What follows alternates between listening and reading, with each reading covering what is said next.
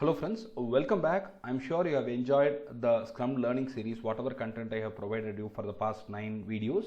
I'm sure you liked it. In this session, we will understand the differences between Scrum and Kanban. There are few must-know differences. Why should I go for Scrum? Why should I go for Kanban? Where I can choose Scrum? Where I can choose Kanban? These kind of questions are quite often in the interview, as well as even for self, we need to understand the differences. The first aspect is time box. Scrum is completely time boxed. Yes, everything prescribed has to happen within that time box and it's all time driven. With Kanban, it is absolutely optional. It can even be event based. I do not have to make it time based, it can be event based.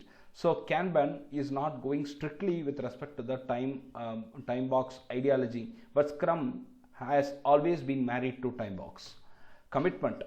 In the Scrum, the team commits to some quantity, commits to some backlog items to be completed, and they work towards it. So everyone in the team is committed towards providing something during that particular sprint, during that particular duration, time box. So it's all commitment, which is a key character which has to be exhibited when it comes to Scrum.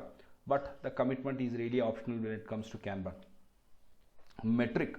Scrum uses velocity as the primary metric for the improvement as well as for the planning. When it comes to Kanban, it is the lead time which is getting considered as the metric. Yes, there are metrics in both the scenarios. When it comes to Scrum, it is velocity. When it comes to Kanban, it is lead time. So remember it.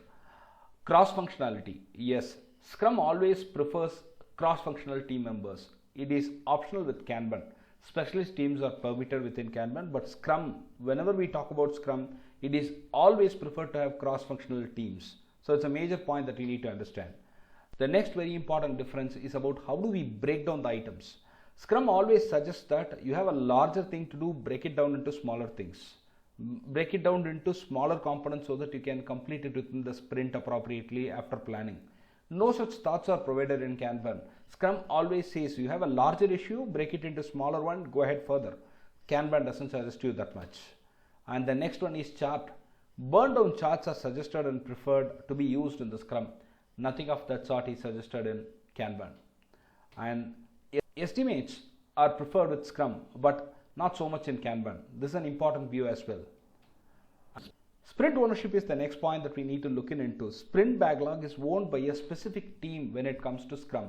But Kanban board is actually shared by many teams or at times many individuals as well. So the specificity will miss when it comes to Kanban. Roles. There are 3 very important roles in Scrum. Scrum Master, Product Owner and Developers. These 3 roles govern Scrum. There are no such formal roles at all in Kanban. Well, thank you very much. I hope it was useful for you. If you have any questions, please go ahead and type it in the comment sections. If you like the channel and the content, kindly subscribe. Thank you.